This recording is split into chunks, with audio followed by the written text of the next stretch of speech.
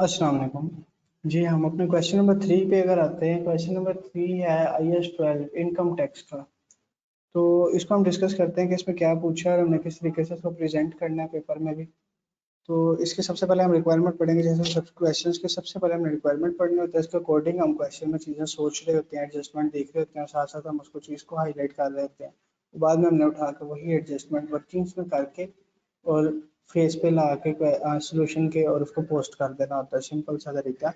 तो इसमें हम जब देखेंगे कि हमें रिक्वायरमेंट क्या है, रिक्वायरमेंट में वो कहते हैं calculate deferred tax expense for the year ended 30 June 2015 in accordance with IFRS. Comparative are not required. Comparative हमें चाहिए नहीं वो कह रहा है, लेकिन हमने जो है सिर्फ और सिर्फ डेफर्ड टैक्स एक्सपेंस जो है 2015 का वो निकालना है।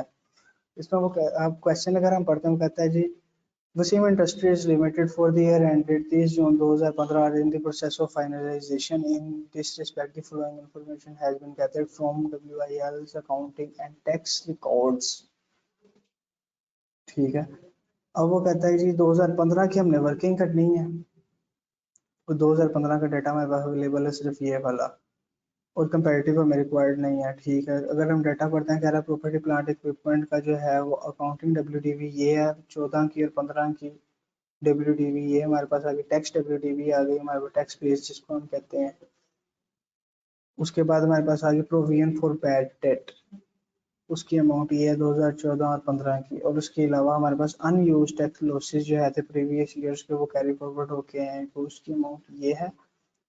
और हमारे पास आगे लाइबिलिटीज ओल्डर देन 3 इयर्स, कुछ ऐसी लाइबिलिटीज थी जो कि हमारे पास ओल्डर देन 3 इयर्स है, और उस टाइम हमने उसको एक्सपेंस आउट कर रहे थे, लेकिन टैक्स वाले ने हमें अलाउ ही नहीं किया, तो वो डिसअलाउड थी प्रीवियस ईयर्स में। तो वो हमारे पास वो चलती हुई आ रही है, वो हमारे पास उसकी अमाउंट हमारे वाले ईयर एंड पे 7 और 3 है रिस्पेक्टिवली, ईयर 2015 और ईयर 2014 में।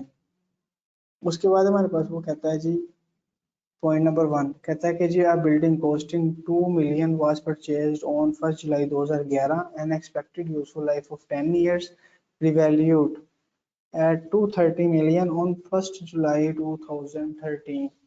क्या हमारा वर्किंग पीरियड जो है वो 2011 है? हम लोग वर्किंग कर रहे हैं, अकाउंटिंग कर रहे हैं 2015 की, तो 15 में क्या ये वाली बिल्डिंग जो है वो हमने एक्वायर की है, हमने परचेज की है? नहीं। क्या इसकी रिवैल्यूएशन हमारे वाले टाइम में हुई है? नहीं। तो इससे हमारा क्या काम है कि अगर वो पहले हमारे पास जो है वो हमें परचेज भी कर ली हुई थी, रिवैल्यू भी हो गई थी, उसकी अकाउंटिंग हो गई हुई है खत्म। ये सिर्फ और सिर्फ उसने हमें एक दिया है कि कुछ स्टूडेंट्स ऐसा करेंगे इसका कि उसकी जो है वो परचेज वैल्यू लिखेंगे, उसके ऊपर 10 ईयर्स के हिसाब से जो है ना वो डेप्रिसिएशन चार्ज करेंगे 2 साल, उसके बाद फिर उसकी इवैल्यूएशन कर रहे होंगे, उसकी इफेक्ट डाल रहे होंगे।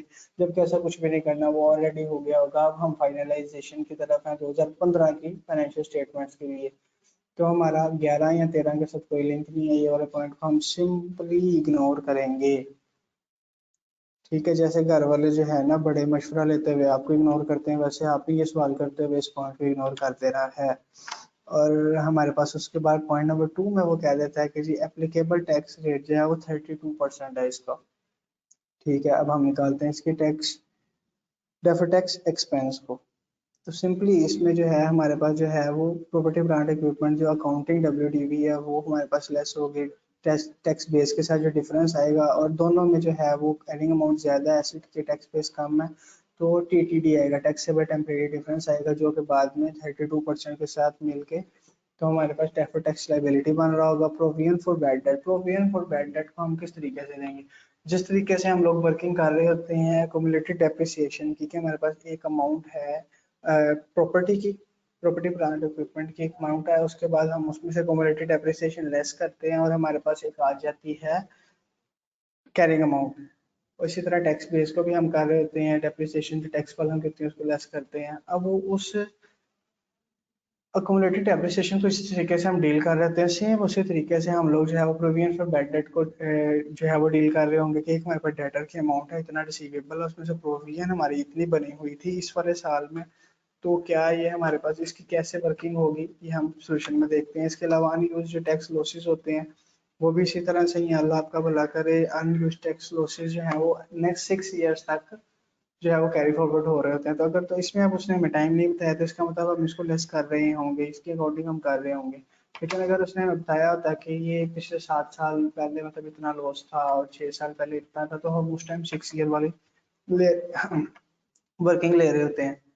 अच्छा जी, लाइबिलिटी की भी बात हो गई, अनयूज्ड की भी हो गई, प्रोविजन फॉर बैड डेट्स की भी हो गई, और अकाउंटिंग और टैक्स डेप्रिसिएशन की भी होगी। तो अगर हम अब इसका सोल्यूशन देखते हैं कि हमने इसको ड्राफ्ट किस तरीके से करना है, तो मेन सबसे पहले चीज़ तो हमारे पास है कि हम लोगों ने उसको देना है क्या, उसकी रिक्वायरमेंट क्या है, डेफर्ड टैक्स एक्सपेंस, सिर्फ वो देना, बाकी सारी चीज़ें जो है वो नीचे आ जाएंगी, फेस पे हम एक्सपेंस को रखेंगे, बाकी सारा वर्किंग में आएगा। तो अब हम जाते हैं इसके सोल्यूशन की तरफ। जी, ये हमारे पास आ गया क्वेश्चन नंबर 3 का सोल्यूशन। इसमें देखें उसने सेम वही चीज़ की, सबसे पहले इसने जो है वो डेफर्ड टैक्स का जो है वो एक फॉर्मेट होता है वो उसने बना दिया अल्लाह के बंदे ने।